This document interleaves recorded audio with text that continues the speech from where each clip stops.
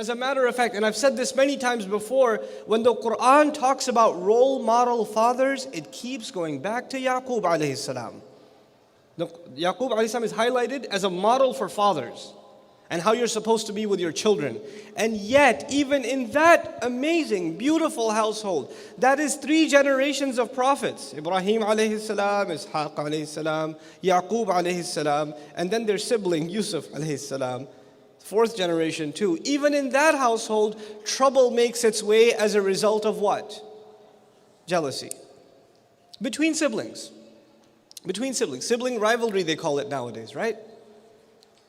Now tell me this. I mean, how many of you have siblings, by the way, just so I know who I'm talking to? Okay, mashallah. We're Muslims. Like pretty much all of us have siblings. We don't do single child. That's just not our style. You know? Like, only one? Aren't you bored? You know? So, as our children are coming up, and as I came up, and as you come up, sometimes dad gets angry at you. First thing that goes in your head, how come he doesn't get mad at him? How come he's always picking on me? How come my mom keeps telling me, why can't you be more like your sister? I hate her. And now I hate her even more because mom wants me to be like her. I can't stand her. And that rivalry grows, and and you have friends, as you grow older, you have friends outside, and your sister walks into the room and says, get out of here! These are my friends. You can't have any of those. And then when your friends leave the house, were you talking to my friend? Don't talk to my friends. You know what's going to happen? I'm talking to my friends, right? Rivalry between sisters. Rivalries between brothers. You know? Always fighting over stuff. Yo, bro, that's my shirt. What? You always do that. I hate that. And you're just beating each other up. And then, of course, dad comes in, and because we are, mashallah, Muslim fathers are awesome. They'll do one of 2 things. One, they'll punish the guy closest to them.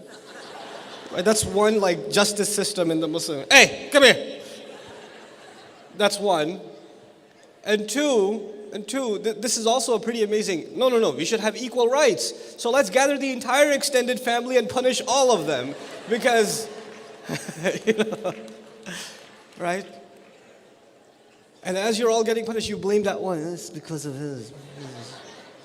I can't stand him. As, you know, in childhood, these things are funny, but they grow, and they grow, and they grow. And eventually, you're going to have a family of your own. And you're not going to be calling your brother or your sister because of some things that would be brewing for a very, very long time.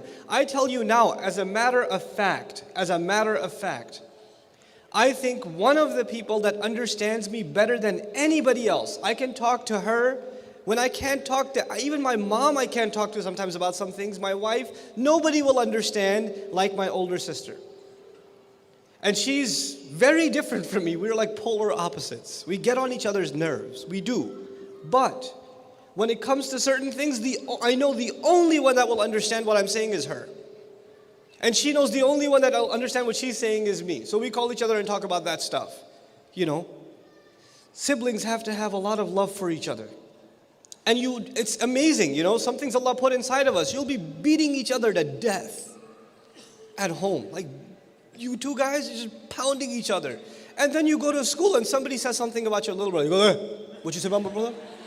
That's my brother. I get to punch him in the face. You don't even, you know, you don't talk to my brother like that. You know, you're so protective of him on the outside. It's time to start being protective of your siblings inside the home too. They have to be your best friends. Fighting's gonna happen. It's inevitable. But jealousy should never be there. A little bit of a quarrel here and there, that's a natural part of growing up. There's nothing wrong with it. I don't say there's anything wrong with it, you know. But there has to be a healthy atmosphere. A lot of you parents are worried because you're noticing your siblings, all they do when they talk is they fight. Every time they interact, they're upset with each other, you know. And they don't want the other to be around. And with girls, it's even more complicated. It's really complicated with girls. My girls will tell me, Abba, she looked at me.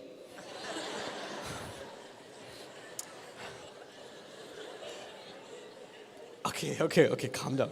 Hey, don't look at her. I wasn't looking at her. So complicated. She always says I'm looking at her. You know? But to some level, this is natural. But at another level, you know what happens? Mom loves her more. Mom loves him more. Dad always praises him and always puts me down. My failures are a result of the love I don't get. I'm messed up because of that guy. You know, my little brother went to med school and I'm still like, super duper awesome senior. And, trying to figure out what major I'll be. I'm 28 years old. I'm like, I'm not sure what. I met those guys. I met those 28, 29-year-olds. So, you been in college? Yeah, alhamdulillah. So what's your major? I don't know. I decided to change it. How many times, bro? And then if you get deep into a conversation, my brother, he's really smart and, Allah gave him the good genes. Apparently he gave you a jinn. He gave him genes, right? Right?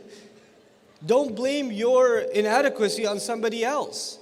And the easiest target is your sibling or your parent. My parents didn't give me enough love. They didn't do this for me. They didn't do that for me. Stop blaming others. Al-ma'adhiru makadhib. Excuses are nothing but lies. That's all they are.